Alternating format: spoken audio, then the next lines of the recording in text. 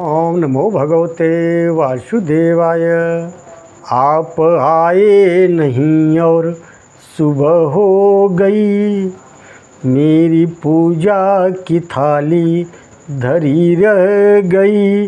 भोग रखा रहा, फूल मुरझा गए, आरती भी धरी की धरी रह गई।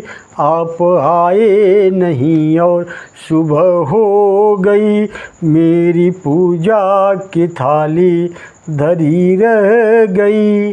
हमसे रूठे हो क्यों आप आते नहीं, मेरा अपराध क्या है बताते नहीं। दिन होते ही सांसें भी रुकने लगी, क्या बुलाने में मेरी कमी रह गई। आप आए नहीं और सुबह हो गई, मेरी पूजा की थाली धरी रह गई। भोग रखा रहा, फूल मुरझा गए, आरती भी धरी की धरी रह गई। आप आए नहीं और सुबह हो गई। ज्ञान भी हो गया, ध्यान भी हो गया, फिर भी दर्शन की आशा धरी ही रही। इतना होते हुए भी मैं समझ न सका, कौन सी भावना में कमी रह गई। आप आए नहीं और सुबह हो गई, मेरी पूजा की थाली धरी रह गई। आप आए नहीं और सुबह हो गई, मेरी पूजा की थाली धरी रह गई। दीन बंधु दया सिंधु कहलाते हो, दीन बंधु दया सिंधु कहलाते हो, करते दीनों में अब तुम दया क्यों नहीं। हो तो अनाथों के ही हो नाथ भी तुम, क्या लगन में मेरे कोई कमी रह गई। आप आए नहीं और सुबह हो गई, मेरी पूजा की थाली धरी रह गई। भोग रखा रहा, फूल मुरझा गए, आरती भी धरी की धरी रह गई।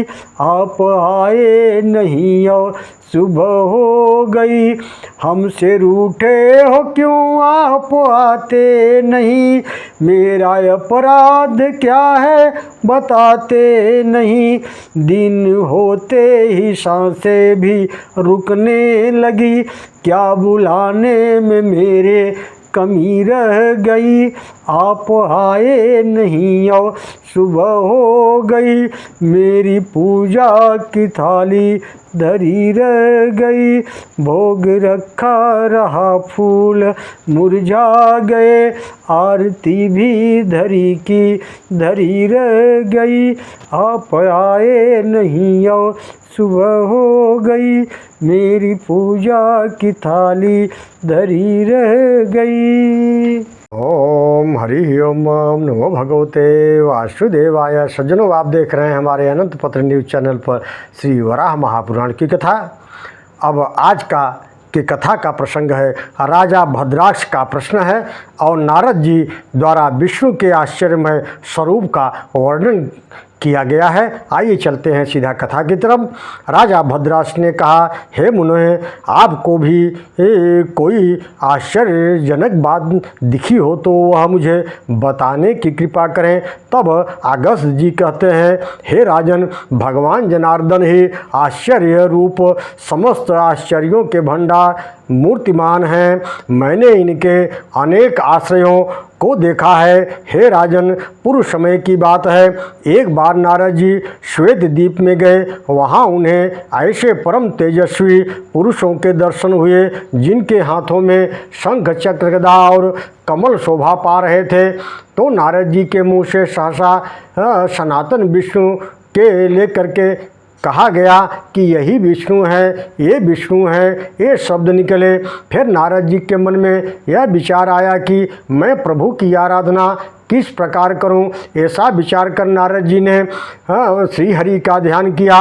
सहस्त्र दिव्य वर्षों से भी अधिक समय तक ध्यान करने पर भगवान प्रसन्न होकर प्रकट हो गए और बोले, हे महामुने तुम वर मांगो। नारद जी बोले, हे जगत प्रभु, मैं 1000 दिव्य वर्षों तक आपका ध्यान किया। हे अच्युत, यदि आप मुझ पर प्रसन्न हो गए हो तो मुझे कृपया अपनी प्राप्ति का उपाय बताइए। तब देवाधिदेव भगवान विष्णु ने कहा, हे द्विजवर, जो मनुष्य पुरुष सूक्त और वैदिक संहिता का पाठ करते हुए मेरी उपासना करते हैं वे मुझे शीघ्र ही प्राप्त करते हैं।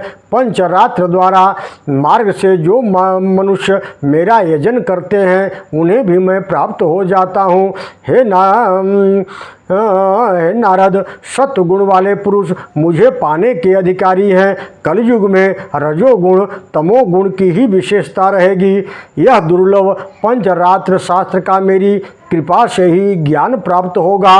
वेद का अध्ययन, पंचरात्र पाठ तथा यज्ञ और भक्ति ये मुझे प्राप्त करने के साधन हैं। मैं इनके द्वारा सुलभ होता हूँ, अन्यथा करोड़ों वर्षों तक यत्न करने पर भी मनुष्य मुझे नहीं प्राप्त कर सकता। इस प्रकार प्रभु भगवान नारायण ने नारद जी से कहा तो वे उसी क्षण अंतर्ध्यान हो गए। राजा भद्रास ने पूछा, हे भगवान, आपने पहले जिन गौरी और काली स्त्रियों की बात कही है वे कौन थी? सीता और कृष्णा कैसे नाम पड़ गया?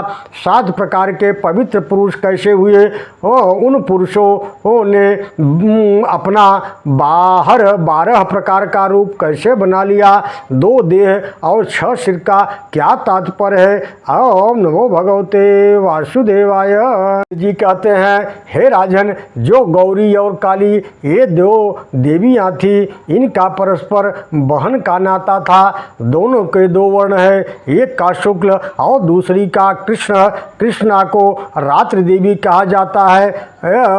पुरुष एक होते हुए भी 7 प्रकार के रूपों से सुशोभित है। जो 12 प्रकार के 2 शरीर तथा 6 सिर की बात कही गई है उनका तात्पर्य संवत्सर से जानना चाहिए। उत्तरायण और दक्षिणायन ये 2 गतियां हैं, उनके शरीर और बसंता 6 ऋतुएं हैं। ऋतुएं मुँह से मुँह हैं।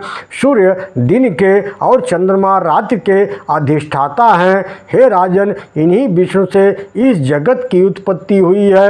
अतएव उन भगवान विष्णु को ही परम देवता जानना चाहिए।